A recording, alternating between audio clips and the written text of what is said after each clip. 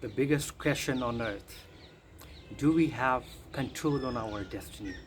There is something called free will, or there's no free will. Well, in one line, I will quote Vivekananda, who says, Swami Vivekananda, who became very famous in America in 19th century. His book Raja Yoga is the bestseller, you can read it. So he says the word free will is an oxymoron. it, it doesn't mean anything. So till the time you have will, you are not free. You are in bondage in some way or the other. And when you are free, you will have no will. So he says, free will what? There is no such thing as free will.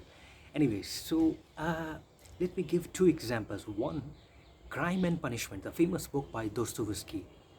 Let us look at that instance where the protagonist feels that the lady, the old lady, is torturing other people.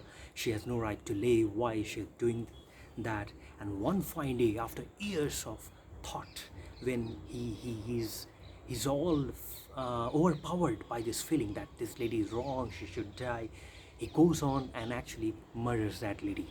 Now, when he does that, then he regrets, what have I done? Am I the same person who was doing this act? How could I do this? This is interesting. Now let's come to Gita, where Arjuna asks the same question to Krishna, and Krishna says, everything in this existence is because of the final outcome of the interplay between three forces: tamas, rajas, and sattva. One is giving the energy, the intensity, the passion. Another one is holding you. It's giving you inertia, and the third one is the balancing act. It's neither positive nor negative. In 20th century, late 20th century, when scientists were able to break an atom, they were surprised that it consists of electron, proton, and neutron. One negatively charged, one positively charged particle, and one is neutral.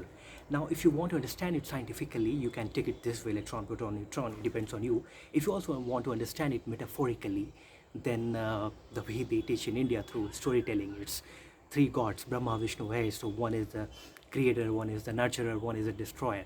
Different ways of speaking the same truth. So now, when Krishna is saying that Prakriti, nature is three guna, they say that it's in three forms.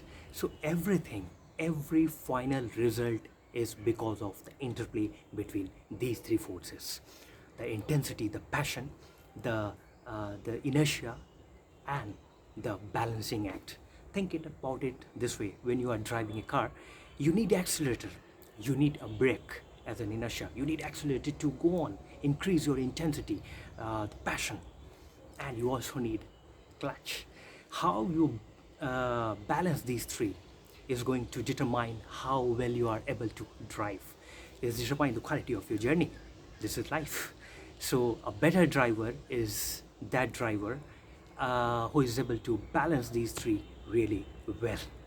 And this is what determines your destiny. Is that driver destined to have a good journey, or is that driver destined to crash their car and go for an accident? Totally depends on how well that driver balances these three forces.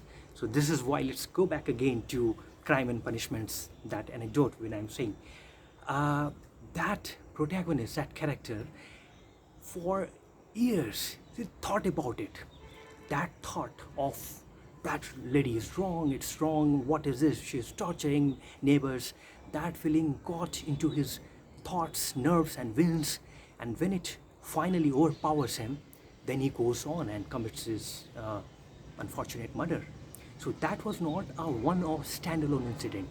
That was eventually a net outcome, a result of everything that the life energies that developed in that person.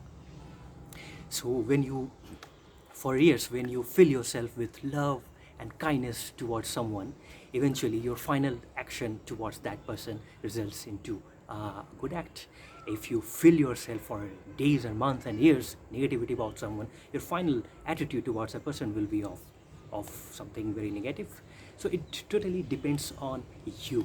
So the final answer is, everything is because of the way how you balance these three forces, the way you are able to drive a car, the quality of your journey will be determined by how smart and how controlled the driver is, how experienced the driver is in terms of balancing the accelerator, the clutch, and the brake. And just to summarize this answer again, give an oblique hint.